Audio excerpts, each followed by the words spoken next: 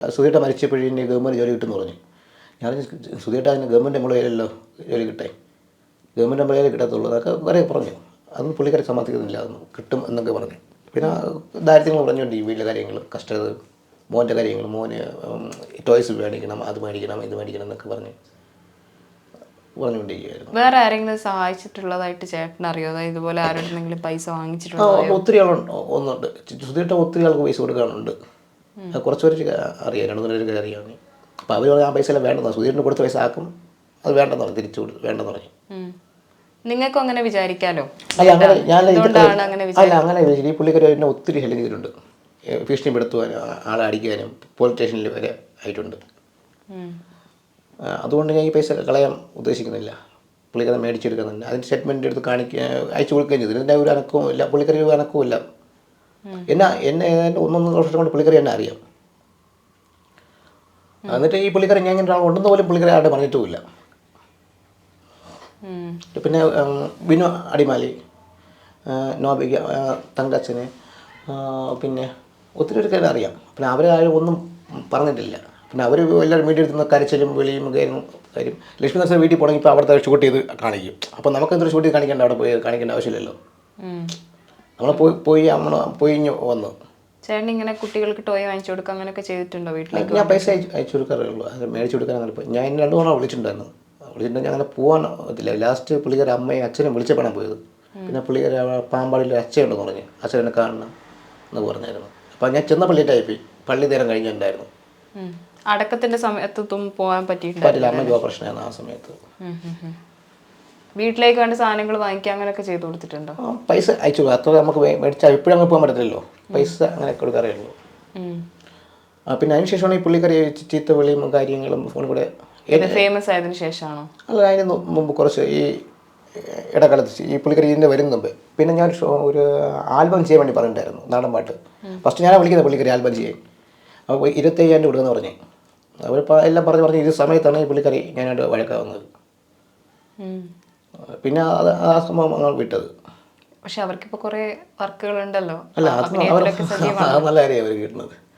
പിന്നെ നമ്മളെ ചൂഷണം ചെയ്ത് ഈ കള്ളം പറയുന്നതും അതൊക്കെ നമുക്ക് അംഗീകരിക്കാൻ പറ്റത്തില്ല. സത്യത വളരെ അംഗീകരിക്കാൻ പറ്റത്തില്ല, കള്ളം ഈ പറയുന്ന എല്ലാം. ഇപ്പോൾ സുചേട്ടൻ്റെ ഒരു ഫ്രണ്ട് വെളിപ്പെടുത്തിയതനുസരിച്ച്, ഒരു സുഹൃത്ത് വെളിപ്പെടുത്തിയതനുസരിച്ച് പല ആളുകളുടെ കയ്യിൽ നിന്നും സുധിച്ചേട്ടൻ്റെ പേരിൽ പണം വാങ്ങിച്ചിട്ടുണ്ടെന്നാണ് പറയുന്നത്. ചേട്ടൻ അങ്ങനെ അറിവുണ്ടോ? അങ്ങനെ രേണു പക്ഷേ സുധീട്ട് മേടിച്ചെന്ന് എനിക്കറിയാം. അല്ല, രേണു മേടിച്ചിട്ടുണ്ടെന്ന് എനിക്ക് അത്ര രേണുണ്ട് എല്ലാം പറയാറില്ല. അങ്ങനെ രേണു ഒത്തിരി ഫ്രണ്ട്സുണ്ട്, ഒത്തിരി ലേഡീസ് എല്ലാം ജെൻസാണ് ഫ്രണ്ട്സ് ഉള്ളത്. അതിൽ ഒരാളെ ഇഷ്ടമാണെന്ന് പറഞ്ഞാൽ എൻ്റെ ഫോട്ടോ അയച്ചിട്ടുണ്ടായിരുന്നു എൻ്റെ കയ്യിൽ.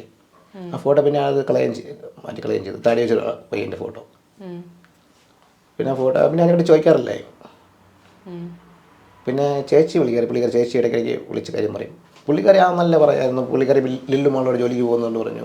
ഇറയോട് വന്ന് പറഞ്ഞാൽ കേൾക്കത്തില്ലെന്ന് പറഞ്ഞു, വല്ലതും പറഞ്ഞാൽ ചീത്ത വിളിക്കുമെന്ന് പറഞ്ഞു. പിന്നെ പുള്ളിക്കാരി ചേച്ചിയുടെ കൊച്ചു ഒരു ആക്സിഡൻ്റ് ആയി, സൈക്കിളിൽ നിന്ന് വീണ് അങ്ങനെ തല പൊട്ടി കോട്ടയം ഹോസ്പിറ്റലിൽ അഡ്മിറ്റ് ആയിരുന്നു. ആ സമയത്ത് രേണു അവിടെ പോയി കൊച്ചിൻ്റെ പറഞ്ഞു, പെൺകൊച്ചാണ്, +2 പഠിക്കുന്നത്, കൊച്ചിന് പറഞ്ഞാൽ ഈ നോക്കിയിരുന്ന് ഞാൻ കാണണമെങ്കിൽ ഇറങ്ങി പോകണം എന്നൊക്കെ പറഞ്ഞു. അങ്ങനെ ഇവർ തമ്മിൽ ഇപ്പോൾ ഒരു വഴക്കിൽ നിൽക്കുന്നതാണ് ഞാൻ അറിഞ്ഞിട്ടുള്ളത്.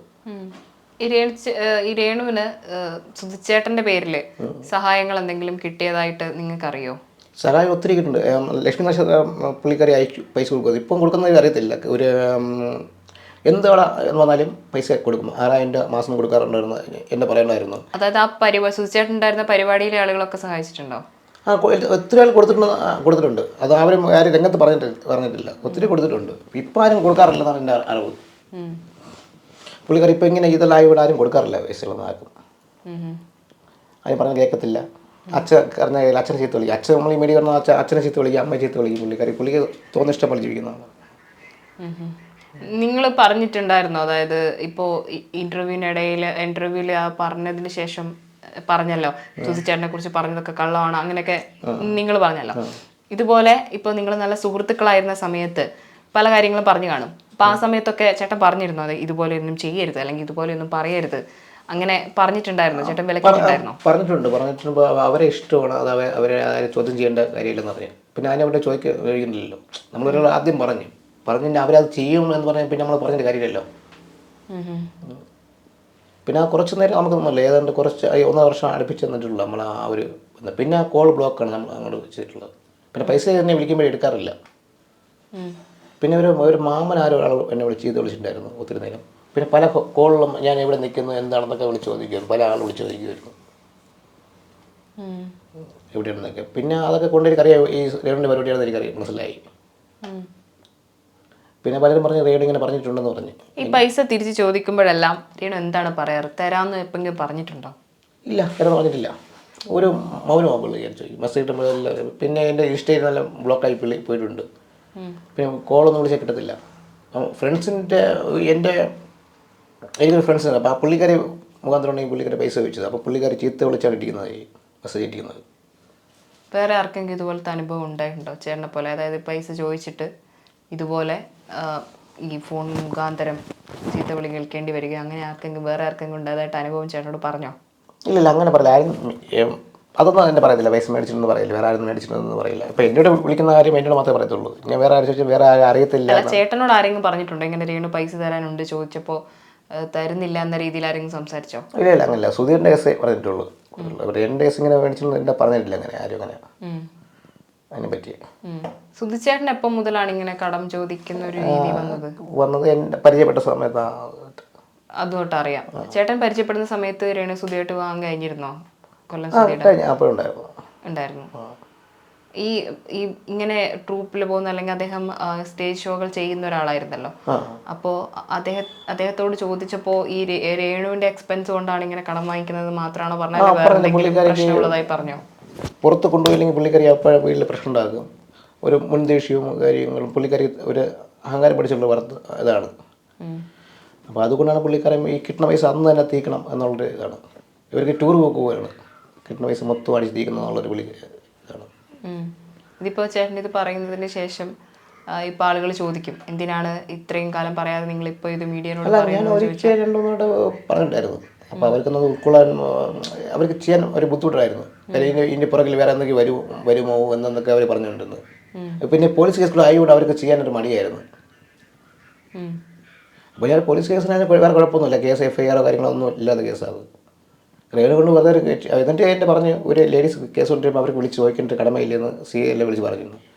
അപ്പം ഞാൻ ഇവിടെ എൻ്റെ കൺസൾട്ടൻ സ്റ്റേഷനിൽ വിളിച്ച് ചോദിച്ച് പറഞ്ഞ് അതിലൊന്നുമില്ല പറഞ്ഞു, കേസെടുക്കേണ്ട അതിനകത്ത് ഒരു കാരണമില്ലെന്ന് പറഞ്ഞിരുന്നത്. വീട്ടിൽ പോയിട്ട് ചേട്ടൻ ചോദിച്ചിട്ടുണ്ടോ? ഇല്ല, വീട്ടിൽ പോയി അന്നപ്പോൾ ചോദിച്ചിട്ടില്ലെന്ന്. അപ്പോൾ നമ്മൾ നല്ലൊരു ഇതായിരുന്നു. ഒറ്റ തവണ വീടുള്ളൂ വീട്ടിലേ. പൈസ തരാത്തതുമായി ബന്ധപ്പെട്ട് വീട്ടിൽ പോയി ചോദിച്ചിട്ടില്ല. അങ്ങനെ ചോദിക്കില്ല. നമ്മൾ ചോദിക്കാൻ പോകുമ്പോൾ അടുത്ത് വേറെ എന്തെങ്കിലും പറയുന്ന നമുക്ക് അതായത്. ഇപ്പം ചേട്ടൻ കലാകാരനാണ്, ഇങ്ങനെ സ്റ്റേജ് ഷോകളിലൊക്കെ പോകുന്നുണ്ട്. പോകുന്നുണ്ട്. TV ചാനൽ ഇപ്പം TV ചാനൽ കുറച്ച് നാളുകൊണ്ട് പോകുന്നില്ല. വയ്യാതായി, തൊണ്ട വയ്യാതുണ്ടായിരുന്നു, പോകുന്നില്ല. ഇപ്പോൾ കോർഡിനേറ്റ് പരിപാടി, സിനിമയുടെ കോർഡിനേറ്റ് പരിപാടിയൊക്കെ ചെയ്യുന്നുണ്ട്. ഇപ്പോൾ അതുപോലെ തന്നെ ഇപ്പോൾ ചേട്ടൻ ഇപ്പോൾ ഇത് ഒരു ഇന്റർവ്യൂയിലൂടെ തുറന്നു പറഞ്ഞിരിക്കുകയാണ്. ഇത് പറഞ്ഞു കഴിയുമ്പം ഇപ്പം രേണുവിനെ സപ്പോർട്ട് ചെയ്യുന്ന ആളുകൾ ഉണ്ടാവാം. അത് വിഷയമില്ലല്ലോ, അത് പലരും കാണല്ലോ പറയാൻ വേണ്ടി. നമുക്കതൊന്നും വിഷയമില്ല. ഇനിയിപ്പം രേണു വീണ്ടും ഒരു കേസ് കൊടുത്താലോ ഇതുപോലെ അവർക്ക് കൊടുക്കാതിരിക്കും, കേസ് കൊടുക്കാം, 2 കൊടുക്കാൻ കേസ്. അത് കൂടുതൽ ഞാനവിടെ തെറ്റ് ചെയ്തിട്ടുള്ളായിരുന്നു. ഇപ്പോൾ സുധിച്ചേട്ടനെ സ്നേഹിക്കുന്ന ഒരുപാട് ആളുകൾ എന്ന് പറഞ്ഞിട്ട് ഒരു കമൻറ്റ്സ് വരുന്നത് എന്താണെന്ന് വെച്ചാൽ, ഞങ്ങൾ സുധിച്ചേട്ടനെ സ്നേഹിക്കുന്ന ആളുകളാണ്, അപ്പം രേണു ഇങ്ങനെ ചെയ്യുന്നത് കാണുമ്പോൾ ഞങ്ങൾക്ക് വിഷമം ഉണ്ടാകുന്നു എന്ന് പറയും. ഇപ്പം ചേട്ടൻ പറഞ്ഞല്ലോ എന്നെ വിഷമിപ്പിച്ച കാര്യങ്ങൾ ഉണ്ടായിട്ടുണ്ടെന്ന്. രേണുവിൻ്റെ ഭാഗത്തു നിന്ന് ചേട്ടനെ അത്രയേറെ വിഷമിപ്പിച്ച കാര്യം എന്തായിരുന്നു? വിഷമിച്ചത് കള്ളം പറയുന്ന ഒന്ന്, പിന്നെ അടിക്കുന്ന ആളെ വെച്ചു, അമ്മയെ ചീത്ത വിളിച്ചു, അങ്ങനത്തെ കുറേ കാര്യങ്ങളും ഉണ്ട്. അതായത് വിഷമഘട്ടത്തിൽ സഹായിച്ചിട്ടും ഇങ്ങനെ ചെയ്തതാണോ ചേട്ടനെ വിഷമിപ്പിച്ചത്? ഏറ്റവും കൂടുതൽ അതൊക്കെ. പിന്നെ ഏറ്റവും കള്ളം അങ്ങേരിക്ക് വേണ്ടത് കള്ളങ്ങളാണ് പറയുന്നത്. അങ്ങേരിക്ക് വേണ്ടത് കള്ളങ്ങളാണ് ഏറ്റവും പറയുന്നത്. അതുകൊണ്ട് ഇതിപ്പോൾ നാളെ രേണു വന്നാലും രേണു പറയാൻ പോകുന്നത് അങ്ങനെ ഒരാൾക്ക് പൈസ കൊടുക്കാനില്ല എന്ന് തന്നെയായിരിക്കും. സ്റ്റേറ്റ്മെന്റ് കാണിക്കാല്ലേ. ചിലപ്പോൾ വരാൻ പോകുന്നത് ഞാൻ നേരത്തെ ചോദിച്ച പോലത്തെ ഒരു ചോദ്യമായിരിക്കാം. ഇതൊരു ചെറിയ തുകയായി താങ്കൾക്ക് കാണാമല്ലോ, എന്തുകൊണ്ടാണ് വിട്ടുകളയാത്ത കാര്യം എന്ന് വെച്ചാൽ അത് അത്രയ്ക്ക് നമുക്ക് അടിക്കുന്ന ആളെ വെച്ചതും, പിന്നെ അതേപോലെ തന്നെ ചീത്ത വിളിച്ചതും, പിന്നെ അമ്മയെ ചീത്ത വിളിച്ചതും, ഇതൊക്കെ കൊണ്ടാണ് മേടിക്കുന്നത്. ഇതിപ്പോ ഒരു 4000 രൂപ എന്നാണ് ചേട്ടൻ പറയുന്നത്. ചിലപ്പോ ആളുകൾ ചോദിക്കാം, ഞാൻ ചോദിച്ച പോലെ തന്നെ ഒരു നിസ്സാര പൈസയല്ലേ, അതിന് വേണ്ടിയാണോ, അല്ലെങ്കിൽ നിങ്ങൾ തമ്മിൽ എന്തെങ്കിലും മുൻവൈരാഗ്യങ്ങൾ ഉണ്ടോ എന്ന് ആളുകൾ ചോദിച്ചേക്കാം. ഇല്ല, അങ്ങനെ ഒന്നും വൈരാഗ്യമൊന്നുമില്ല. ഇല്ല, കൊടുത്ത പൈസ തിരിച്ചു തരണം എന്നുള്ള ഒറ്റ ആവശ്യം മാത്രമേ ഉള്ളൂ. ഈ മരണശേഷം ഇപ്പോൾ രേണുവിൽ സംഭവിച്ച മാറ്റങ്ങളുണ്ടല്ലോ, അത് കാണുമ്പോൾ സുധിച്ചേട്ടന് അറിയാവുന്ന ഒരു സുഹൃത്ത് എന്ന നിലയിലും ഇപ്പൊ സോഷ്യൽ മീഡിയ ഉപയോഗിക്കുന്ന ആളെന്ന നിലയിലും ഒക്കെ രേണുവിനെ അടുത്തറിയുന്ന ഒരു സുഹൃത്ത് എന്ന നിലയിലും ഒക്കെ നിങ്ങൾക്ക് തോന്നിയിട്ടുള്ളത് എന്താണ്? വളരെ നമുക്ക് എന്ത് പറയാൻ പറ്റുമോ പുള്ളിക്കാരി ചെയ്യുന്നതിന്? നമുക്കൊന്നും പറയാൻ പറ്റത്തില്ല പുള്ളിക്കാരി ചെയ്യാനായിട്ട്. സുധിച്ചേട്ടന്റെ പേര് ആ പേര് പോകുമ്പോൾ സുധീറിന്റെ പേരിലല്ലേ ഈ പുള്ളിക്കാരി ചെയ്യുന്നത്? സുധീട്ടെന്ന് പറഞ്ഞല്ലേ ചെയ്യുന്നത്. അപ്പം ആ പേര് വെക്കുന്നത് മോശമല്ലേ അത് ചെയ്യുന്നത്? ആ സുധീറിനെ അത് നമ്മൾ താഴ്ത്തി കൊണ്ടുവന്നുള്ള സംഭവമാണ്. ഇപ്പൊ ഈ സുധിച്ചേട്ടന്റെ ഫ്രണ്ട്സുകളുമായിട്ടൊക്കെ രേണു എങ്ങനെയാണ് ഇതുപോലെ തന്നെ അകലാണോ? അകലാണോ ഞാൻ അറിഞ്ഞത്. അത്ര ആരുമില്ല. രേണുവിന്റെ നമ്പർ ആർക്കും അറിയത്തില്ല, ഒരാരുമില്ല. എൻ്റെ മാത്രമേ അങ്ങനെ തന്നിട്ടുള്ളൂ ഒരു നമ്പർ, വേറൊരു നമ്പർ, പുതിയ നമ്പർ തന്നിട്ടുള്ളൂ. ഈ 3 നമ്പർ എൻ്റെ ഉള്ളൂ, ഒരാരും അറിയത്തില്ല. രേണു ഇടയ്ക്കിടയ്ക്ക് നമ്പർ മാറ്റുമോ? നമ്പർ മാറ്റുന്നതാണ്. അതെന്തിനാണെന്ന് പറഞ്ഞിട്ടുണ്ടോ? അത് വേറൊരു വാട്സപ്പ് പല അവിടെ നിന്ന് നമ്പർ കോൾ വരുന്നുണ്ട്, മെസ്സേജ് വരുന്നുണ്ട്, അതുകൊണ്ട് നമ്പർ മാറ്റിയെന്ന്. ഇപ്പോൾ ഞാൻ കേട്ടൊരു കാര്യം എന്ന് പറയുന്നത്, രേണു ഒരു വാട്സപ്പ് ഗ്രൂപ്പ് ഉണ്ടാക്കി സുധിച്ചേട്ടൻ്റെ പേരിലൊരു ഒരു ഷോർട്ട് ഫിലിം ചെയ്യാൻ വേണ്ടി എന്നൊക്കെ പറഞ്ഞിട്ടുള്ള ആരോപണം കേൾക്കുന്നു.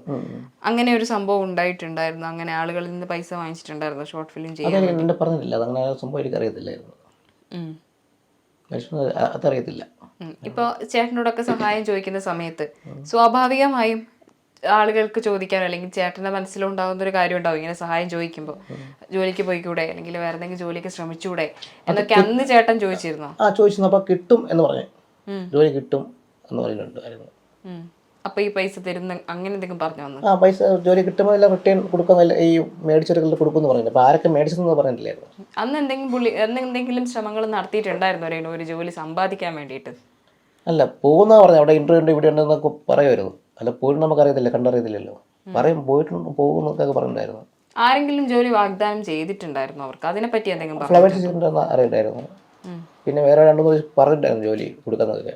പിന്നെ പുള്ളിക്കാരി താല്പര്യമില്ലാത്ത പുള്ളിക്കാരി പോകത്തില്ല, അതായിരിക്കും. പറഞ്ഞിട്ടുണ്ടോ അങ്ങനെ ജോലിക്ക് പോകാൻ താല്പര്യമില്ല? പുള്ളിക്കാരി ഇങ്ങനെ വീട്ടിൽ നിന്നുകൊണ്ട് ഇൻസ്റ്റയിലും കളിച്ച് വെറുതെ അങ്ങനെ ആളെ പഠിച്ചും വെള്ളം പറഞ്ഞങ്ങ് കഴിയണം എന്നുള്ളൊരിതാണ്. ഇപ്പോൾ ഒരു വിവാദമായിട്ട് മാറിയിരുന്ന ഒന്നായിരുന്നു അവരുടെ, അതായത് കുറേ കാലം രേണു സുധിയുടെ ലൊക്കേഷനിലൊക്കെയുള്ള വീഡിയോകളാണ് വൈറലായത്. പിന്നീടാണ് പെട്ടെന്നൊരു ദിവസം വീടുമായി ബന്ധപ്പെട്ട വിവാദം വരുന്നു. അതിനുശേഷം സുധിച്ചേട്ടൻ്റെ ഓർമ്മ ദിവസം അവിടെ 4 ദിവസം വരെ ഒരു ഡാൻസ് കളിച്ചതും ഒക്കെ വിവാദങ്ങളിലേക്ക് മാറുമായിരുന്നു. അതൊക്കെ കണ്ടപ്പോൾ എന്തായിരുന്നു, സുധിച്ചേട്ടൻ്റെ ഒരു സുഹൃത്ത് എന്ന നിലയിലൊക്കെ എന്തായിരുന്നു ഫീൽ ചെയ്തത്? കണ്ടപ്പോൾ അത് നമുക്കൊന്നും പറയാൻ പറ്റില്ല. അവർക്ക് ഹാപ്പി ആയിട്ട് ഇരിക്കുക, ഈ സുധിയുടെ പേരും വെച്ച് അവർ ചെയ്യുന്നതാണ്. വേറെ നമുക്കൊന്നും പറയാൻ പറ്റത്തില്ല അതിനകത്ത്. ഈ സഹായം ചെയ്തവർക്കും അത് വേണ്ടായിരുന്നു എന്ന് തോന്നുന്ന തരത്തിലേക്ക് മാറി. അത് മാറി, അതല്ലാതെ മാറി. സഹായിക്കുന്ന എല്ലാവരും വെറുത്തു തുടങ്ങിയായിരുന്നു. രേണുവിനോട് എന്താ പറയാനുള്ളത്? എന്തായാലും ചേട്ടൻ പറയുന്നത് ബ്ലോക്കാണ്, കോൾ എടുക്കുന്നില്ല എന്നുള്ളതാണ്. ചേട്ടൻ എന്താണ് ഇപ്പൊ കാണുകയാണെങ്കിൽ പറയണമെന്ന് മനസ്സിലുള്ളത്? ഞാൻ പൈസ ചോദിക്കും. പിന്നെ കള്ളം പറയാൻ നമുക്ക് വേറെ പറയാൻ പറ്റില്ലല്ലോ. രേണു ഇന്റർവ്യൂകളിലൊക്കെ പറയുന്നത് കള്ളമാണെന്നാണോ? കള്ളമാണെന്ന്, പച്ചക്കള്ളമാണ് ഞാൻ പറയുന്നത്. എന്തുകൊണ്ടാണ് ചേട്ടൻ അങ്ങനെ പറയുന്നത്? എനിക്കറിയാം, കാര്യങ്ങൾ മൊത്തം അറിയാം, രേണു പറഞ്ഞിട്ടുണ്ട് എൻ്റെ, അതുകൊണ്ട് എനിക്കറിയാൻ പറ്റും. അതിൻ്റെ വേണമെങ്കിൽ കോൾ റെക്കോർഡിങ് ഞാൻ എടുത്ത് തരാം. അതിൻ്റെ കോൾ റെക്കോർഡ് രേണു പറഞ്ഞതിൻ്റെ കോൾ റെക്കോർഡിങ്ങും സ്ക്രീൻഷോട്ട് എടുത്ത് തരാം. ഈ അതായത് സുധിച്ചേട്ടൻ്റെ മുഖച്ഛായ ഉള്ള ഒരാൾ എന്ന നിലയിലുള്ള സൗഹൃദമാണോ, അതോ അത് എന്തെങ്കിലും രീതിയിൽ ചൂഷണം ചെയ്യാനുള്ള ഒരു ശ്രമം രേണുവിന്റെ ഭാഗത്തു നിന്നുണ്ട്? അല്ല, സുധിയേട്ടനുള്ള ഇതിലൂടെ തന്നെ അവരെല്ലാവരും ഫാമിലിയായിട്ട് എല്ലാം മൊത്തത്തോടെ എന്നെ കാണുന്നത്. വേറെ എന്തെങ്കിലും രീതിയിൽ ചൂഷണം ചെയ്യാൻ ശ്രമിച്ചിട്ടുണ്ടോ? അങ്ങനെയൊന്നും വന്നിട്ടില്ല. പിന്നെ ഇത് ഈ പ്രശ്നമായ ശേഷം പുള്ളിക്കാരി അടിക്കാൻ ആളെ വയ്ക്കാനും കേസ് കൊടുത്തതും അത്ര ചെയ്തിട്ടുള്ളൂ. പിന്നെ അമ്മ ചീത്ത വിളിക്കുന്നത്. ഈ സുധിച്ചേട്ടന്റെ അമ്മ ചേട്ടനെ വിളിച്ചിട്ടുണ്ടോ എപ്പോഴെങ്കിലും? ഇല്ല, ഞാൻ നമ്പർ തന്നിട്ടില്ല. ഈ രേണുവിനോട് വാങ്ങിച്ച് വിളിക്കാൻ അങ്ങനെ തന്നിട്ടില്ല. രേണുവിനോട് ചോദിച്ചപ്പോൾ തന്നിട്ടില്ല. പിന്നെ കിച്ചുവിന്റെ നമ്പർ ചോദിച്ചിട്ട് തന്നിട്ടില്ല. ഇതൊക്കെ ചോദിക്കുമ്പോൾ എന്താണ് പറയുന്നത്? തരാം എന്നേ പറയാത്തുള്ളൂ, പിന്നെ തന്നിട്ടില്ല. നമ്മൾ ചോദിക്കുമ്പോൾ ഇപ്പോൾ പറയുന്നില്ല, തന്നിട്ടില്ല.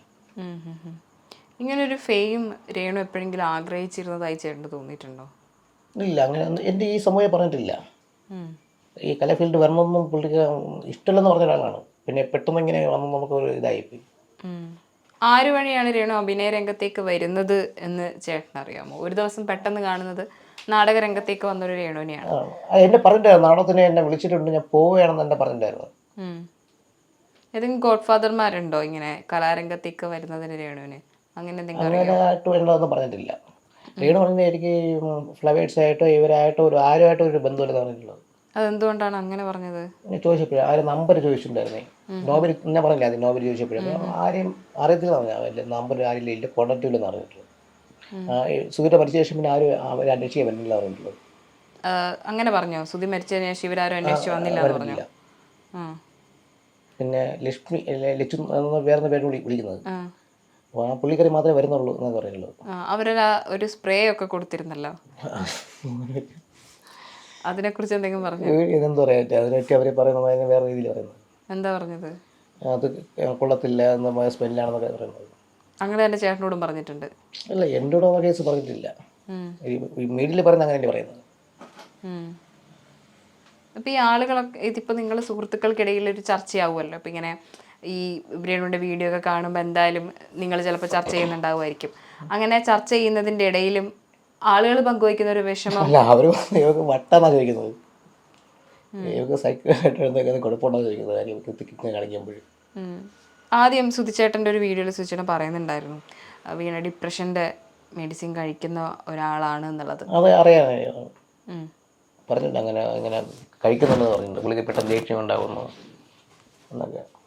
അപ്പം അതുകൊണ്ടാണ് പുള്ളിക്കാരി ഇങ്ങനെ അയാളൊന്നും പറയാത്തത്, പുറത്ത് കൊണ്ടുപോകുന്നതും കറങ്ങാനൊക്കെ കൊണ്ടുപോകുന്നതും പൈസ കൊണ്ട് ചോദിക്കുന്നതൊക്കെ. അതിൻ്റെ ചികിത്സകളും ഒക്കെ കാര്യങ്ങളും ഒക്കെ ചെയ്തിട്ടുണ്ടായിരുന്നു.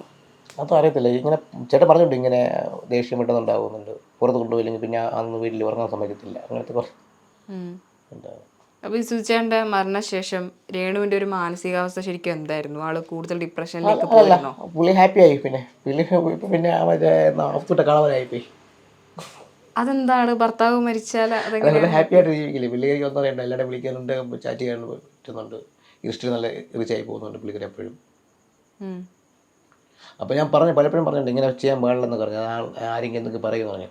അത് കുഴപ്പമൊന്നുമില്ല എന്നാണ്. ആള് ഇങ്ങനെ നെഗറ്റീവ് കമന്റിനെ ആസ്വദിക്കുന്ന ഒരാളാണെന്നാണ് തോന്നുന്നത്. അതായിരിക്കും.